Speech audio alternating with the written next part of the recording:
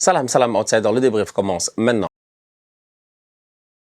Le Barça l'emporte aujourd'hui 3-0 face au Real Oviedo. Le Barça se gère, contrairement à Arsenal qui ne s'est pas géré. Voilà, fan du Barça, je m'excuse. Si dans ce débrief-là, j'ai l'air un peu fâché, un peu frustré, c'est normal, c'est parce qu'Arsenal a perdu. Ce n'est rien de personnel, personne ne vient de m'énerver. Moi, j'ai des problèmes en Angleterre là-bas, j'ai un championnat à gagner. Mon équipe avait la capacité de mettre Manchester City à 9 points. On a fait les fous, ils sont maintenant à 4 points. Tout est possible dans ce championnat-là. Voilà ce que nous on vit en première ligue. Vous n'avez pas les mêmes problèmes, ne m'énervez pas. Le Real a gagné hier, vous avez gagné aujourd'hui, tranquillement face au dernier, 3-0. Maintenant, le problème, il est simple dans ce match-là que le Barça, ils ont gagné. C'est que quand tu regardes le match en tant que tel, la première mi-temps, elle est catastrophique. En fait, c'était quoi ça? C'était quoi ça? Vous avez baissé le niveau. Vous avez baissé le niveau. Des fois, ça arrive. Des fois, ça arrive. Des fois, t'es le Barça, t'es tranquille, t'es posé. Tu joues face au dernier. Tu sais que dans tous les cas de figure, tu vas aller taper, à moins d'un miracle incroyable. Mais donc, du coup, vu l'adversaire en face, tu baisses le niveau. Tu descends d'un étage, en fait, pour te mettre au niveau de l'adversaire. J'ai l'impression que c'est ce que le Barça a essayé de faire. Parce que j'ai jamais vu une équipe, franchement, aussi, j'ai envie de dire, pas impertinente que Oviedo, mais aussi voilà, impertinente que Oviedo. En fait, Oviedo, ils sont pas sérieux. Oviedo, en première mi-temps, c'est peut-être une des rares équipes cette saison en Liga qui n'a pas profité des hors-jeux que le Barça pouvait leur donner. Parce qu'ils étaient constamment hors-jeu. Au lieu de bien jouer la ligne du hors-jeu, d'aller à la limite, de surprendre cette équipe du Barça-là, ils ne l'ont pas fait. Et c'est un tout petit peu dommage. En première mi-temps, combien de ballons les joueurs du Barça, ils ont perdu? En première mi-temps, où était, je dis bien, la cohésion d'équipe du Barça que l'on connaît? Je cherchais, je me suis dit, ils sont à domicile, oui. Ils sont en forme, oui. Où est Yamal? Il est sur le terrain, il est là. Où est Olmo? Il est là. Tout le monde est là. L'équipe est incapable de se gérer. En première mi-temps, le Barça n'arrive pas à faire des dédoublements, à jouer sur les côtés, à mettre de la largeur sur le terrain. Franchement, la première mi-temps du Barça, je suis désolé, aujourd'hui, face au Real Oviedo, c'est une première mi-temps de tocard, de nulard. C'est quand même le dernier, franchement. Vous n'êtes pas géré. Vous n'êtes pas géré. Heureusement qu'un match, c'est pas 45 minutes et qu'un match, c'est 90 minutes, franchement. Parce que je vais pas vous mentir, la première mi-temps du Barça n'est pas bonne. Pour moi, à mon humble avis, j'ai l'impression qu'ils baissent le niveau, qu'ils ne mettent pas le pied sur l'accélérateur, qu'ils n'essaient pas de tuer le match dès le début de la rencontre. Et donc, derrière, ça donne des opportunités à certains joueurs. Au niveau d'Oviedo, un boy comme Hassan, il fait un bon match. Je sais pas ce qu'est Hassan, là. On l'a vu aujourd'hui, Hassan. Aïssem Hassan. C'est un Français apparemment, 23 ans. Il fait un bon match aujourd'hui, un boy comme Hassan. Il s'est géré et c'est pas normal. Normalement, ça devrait être mieux, mais c'est compliqué aussi. Pourquoi? Parce que le terrain, tu as João Cancelo. Et João Cancelo, quand il joue d'une manière offensive, il n'y a aucun problème. Quand il se projette, il n'y a aucun problème. Il est dangereux et tout. Mais derrière, jusqu'à présent, les lacunes qu'il a trimballées durant toute sa carrière ne sont pas parties.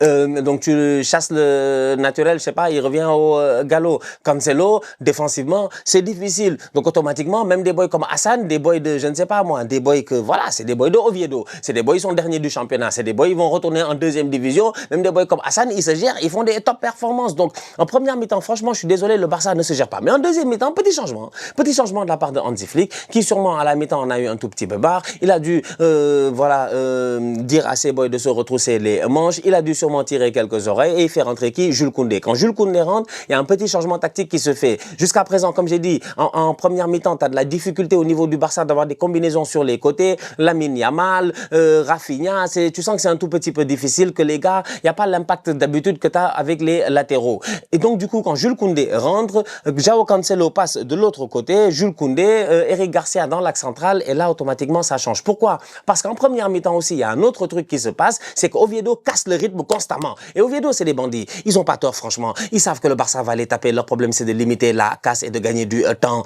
et peut-être de les surprendre. Ils ont essayé, ils ont failli surprendre le Barça une ou deux fois rapidement. Mais n'empêche qu'Oviedo casse le rythme constamment. 1, 2, 3, il y a des fautes. 1, 2, 3, il y a des fautes. Et c'est une de ces fautes qui donne à Paco Barcy, à Gérard Martin, un carton jaune très tôt dans le match à la 5e minute. Donc quand Gérard Martin sort, je trouve ça un peu logique. Ça me permet maintenant de parler de la défense du Barça. Gérez-vous. Le mercato n'est pas terminé. Allez chercher des défenseurs. Le carton jaune de Gérard Martin, là, j'y ai pensé. Je me suis dit, le carton, il est bête. Le boy, il est là-bas, milieu de terrain. Je sais pas pourquoi tu mets ton pied. Il met son pied, il lève ses mains. Ça sert à rien. Franchement, on a tous vu que tu es coupable. Mais ça, c'est le genre de carton que tu prends en quart de finale de Ligue des Champions après 5 minutes de jeu. C'est une épée de Damoclès que tu as sur la tête. À tout moment, elle peut te tomber dessus. À tout moment, tu peux te faire tuer. Donc, du coup, c'est dangereux d'être un défenseur central. Très tôt dans le match, tu prends un carton comme ça. Ça montre encore une fois le manque d'expérience de certains boys. Oui, les Gérard Martin, tout ça, ils ont beaucoup de cœur. Ils donnent beaucoup d'envie. Ils se gèrent. Gérard Maldini, c'est drôle, tout ça. Mais c'est pas drôle. C'est pas forcément le profil qu'il vous faut là-bas. Donc, il va falloir éventuellement,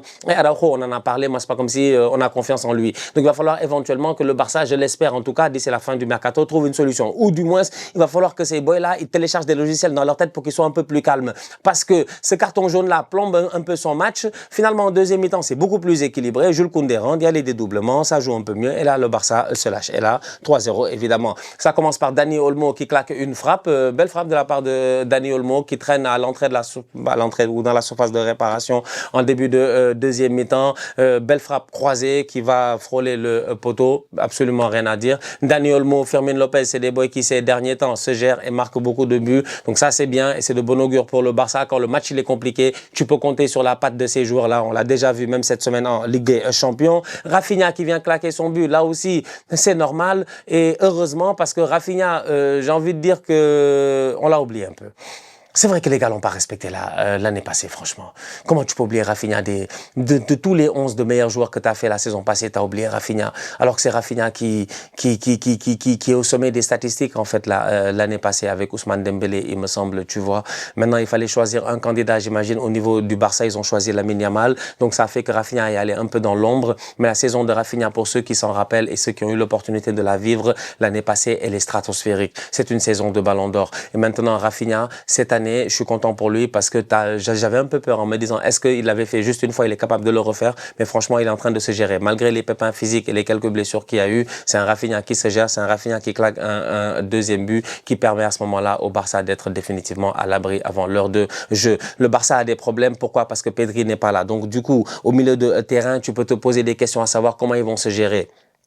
Un match face à Oviedo, un adversaire assez facile, un adversaire très très facile même je dirais. C'est le genre de match où un boy comme Casado peut se mettre en confiance. Et ça fait du bien. Ils ont besoin de Casado. Casado doit se gérer. Casado, l'année passée, on était là à l'applaudir à un moment donné. On était comme Casado, Casado, Casado. Aujourd'hui, il a un peu disparu, Casado. Donc, revoir Casado, ça aussi, ça fait du bien. Il fait son match globalement parlant. Frenkie de Jong à côté aussi, il s'est géré. Donc, en l'absence de Pedri face à une équipe comme Oviedo, le Barça s'est géré. Mais en l'absence de Pedri, on sait bien que c'est un Barça qui perd automatiquement, j'ai envie de dire, 50% peut-être même de ses capacités créatives. C'est bizarre à dire. En termes de finition, il n'y a pas de problème parce qu'ils ont des finisseurs devant. Mais en termes de créativité, en termes de lien entre le milieu et l'attaque, entre la défense et le milieu, ben Pedri, c'est des neurones à part, c'est un cerveau à part. Je vous l'ai déjà dit, le pédrimètre, l'unité de mesure, je dis bien de la gestion du tempo des matchs. Personne ne le fait mieux au monde que Pedri. Donc, ne pas l'avoir pendant encore, je pense, quelques semaines, ça risque de leur faire un peu de mal. Mais globalement parlant, aujourd'hui, en tout cas en termes d'intensité, même si en face l'adversité n'était pas très forte, j'ai envie de dire que Casado et Frenkie de Jong se sont gérés. Lamine Yamal a claqué son but, son match n'est pas incroyable, son match n'est pas extraordinaire, mais on s'en fout. Dans tous les cas, à la fin de la journée, il a été là, il a claqué son but, il a fait les efforts qu'il fallait. Il n'a pas été aussi décisif qu'on aurait aimé le voir dans le match et tout.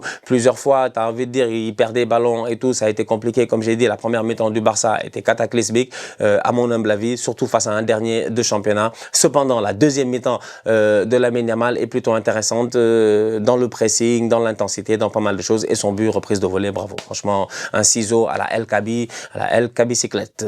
Lamine Yamal. Très très beau but, franchement très beau but. Là encore une fois sur un pressing du Barça, ils sont obligés de ramener le ballon jusqu'au gardien. Dégagement du gardien d'Oviedo, première récupération, premier ballon Barça, deuxième ballon Dani Olmo, extérieur je pense pour Lamine Yamal et Lamine Yamal. Reprise. Franchement, c'était top, c'était top.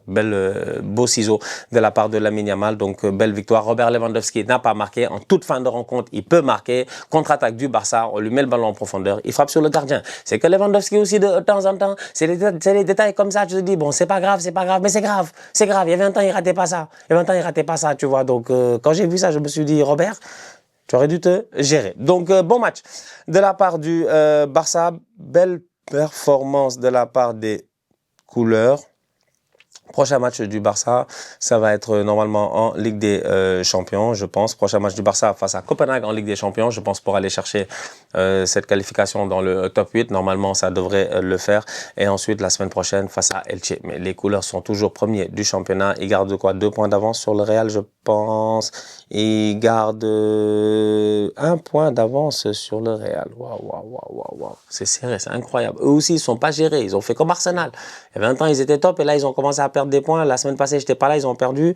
Là, aujourd'hui, ils se sont gérés. Attention, et un classico qui s'en vient. J'aime bien. La Liga, c'est toujours aussi chaud.